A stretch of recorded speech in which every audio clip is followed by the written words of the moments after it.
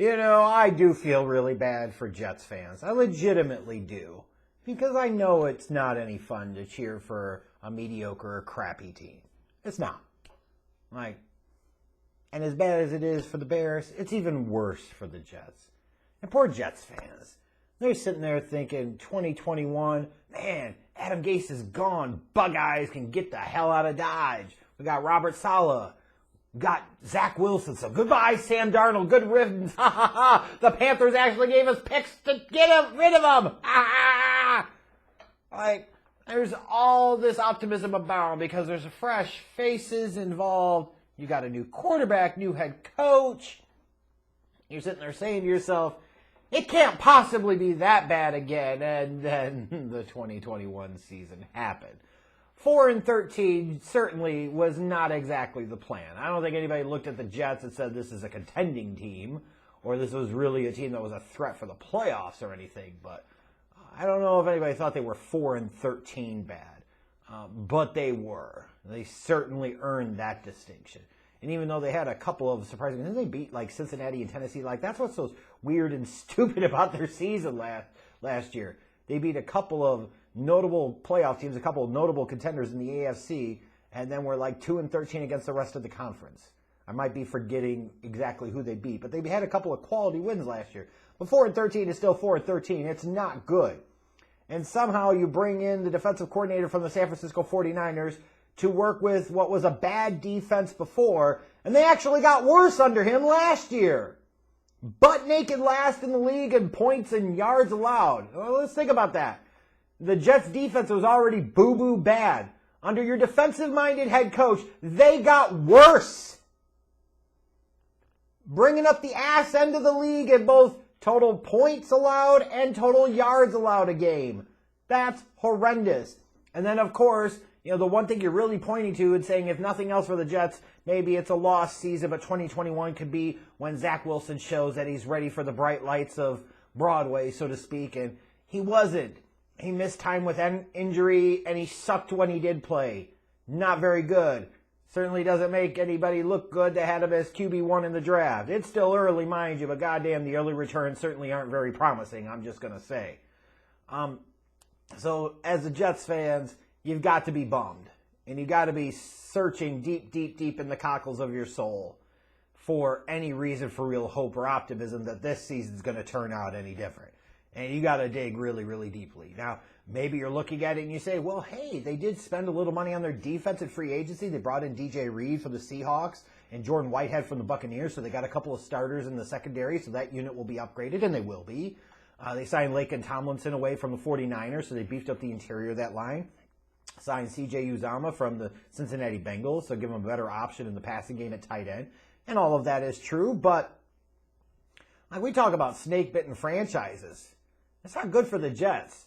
Your number one pick from a couple of years ago, Mekhi Becton, who showed so much promise in 2020, missed the vast majority of 2021 with an injury. Now he's about to miss 2022 with another injury. Just can't get right. That's the Jets.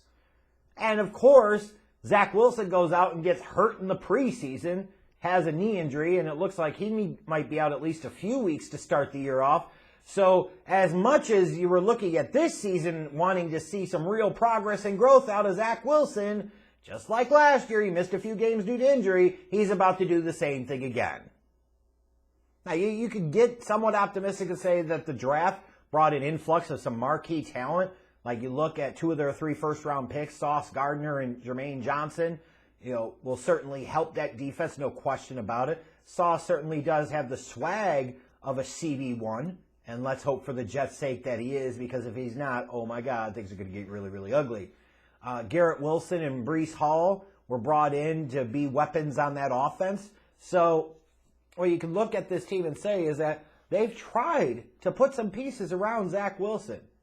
Yes, they invested 2 of their 3 first-round picks on the defensive side of the ball, but their defense was really, really bad too. Yeah. I'm trying to be positive for you, Jets fans, and you just know that there's not a whole lot here. There's not. Now, I will say there are some things I do like about this team. I like the Breece Hall-Michael Carter combination at the running back position. I think this is a running back tandem that you could do some things with. This is a running back tandem that you can win some games because of. So at least you've got that. And to be fair, I don't think the pass catching group is that bad. I really don't. Like, you've added Garrett Wilson into the mix. You've got Elijah Moore from last year's draft class. Braxton Berrios, you were able to re-sign at what I thought was a decent signing. Like, it was underrated re-signing there, if there ever was one. You've got some weapons in the passing game. So the cupboard is not all the way bare. Again, you've got some weapons for your young quarterback on offense. It's not like Dolphins level. You talk about that division, or Bills level, absolutely not, but certainly better than the Patriots. But yeah, that offensive line, like, I'd like to think of it as a strength, but again, missing Becton for the entire year certainly doesn't help. But when I look at this team, like, there's still, to me, I see concerns all over the place. I really do. What's Zach Wilson going to do? And when he comes back from this knee injury from the preseason, is he actually going to be able to start the rest of the year? Is he going to be any damn good or not? Where's the pass rush on this team going to come from? Like, that to me is a big question. You could say, well, Jermaine Johnson's going to help that. Well, yeah, he's one guy. Where's the pass rush going to come from? How are they going to stop the run? Like, man, if you think that Jermaine Johnson and Sauce Gardner are going to have that type of impact on the defense, then you're talking about a Jets draft class that might go down as legendary in the team's history. And as much as you might want that to happen, that feels somewhat unlikely. And just because you have 3 first-round picks doesn't automatically mean that you're going to connect with all 3 of those first-round picks. But good Lord, man.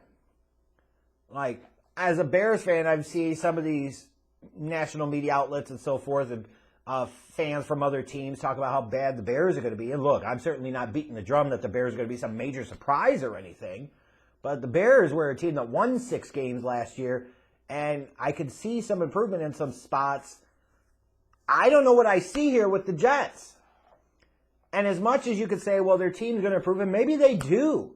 But that defense has so far of a way to go. And that offense under Zach Wilson, what are you going to hope that Joey Flacco, Joe Elite, is going to be elite for a few weeks this year to start off the season? Good luck with that, because the first 9 weeks of the schedule certainly didn't do the Jets any damn favors. Listen to this. The first 9 games of the season, they host the Ravens. Then they go to Cleveland.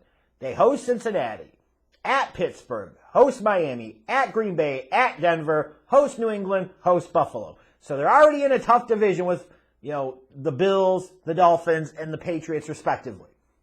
Then they've got all 4 of the AFC North teams the first 4 weeks of the year from a division that was really damn good last year. Oh, and by the way, the 2 games that aren't either involving AFC East or AFC North opponents, it's the freaking Packers in Lambeau. It's the Broncos now with Russell Wilson in Denver. Good luck with that. I'm telling you what, if the Jets come out of the first 9 games of this season with something like a 3-6 record, we need to be talking about the coaching job that Robert Saleh is doing. Because clearly something has worked. Because you look at that record and you could absolutely envision a 2-7, 1-8, 0-9 start. Now, they've got some winnable games potentially in the second half of the year, like the Bears. They host the Bears. They got to travel to Minnesota. They host Detroit. They host Jacksonville. They go to Seattle. There are some winnable games there, but again, I just look at this schedule and I say, man, this does not look good. It does not bode well for the Jets. And at the end of the day, it's still ultimately about Zach Wilson's development. And it better happen this year, because if it doesn't, Saleh is probably going to get fired. And as much as Jets fans want to praise Joe Douglas, his fat ass needs to be gone too. If Zach Wilson doesn't develop, then they need to wipe the slate clean again. Yikes. I'm thinking about you, Jets fans, and I hope this season isn't going like I envision it could potentially go for you, because right now, I got your squad battling it out for the number 1 overall pick in the 2023 NFL Draft and finishing 3-14 and easily, comfortably in last place in this division. Rage on me and hate on me all you want, but I'm looking around to see where things are going to get much better. I don't see it on this roster, and even the places that I see that there's some growth and improvement, I look at that schedule, especially the first half of the year, and I say, good luck to you.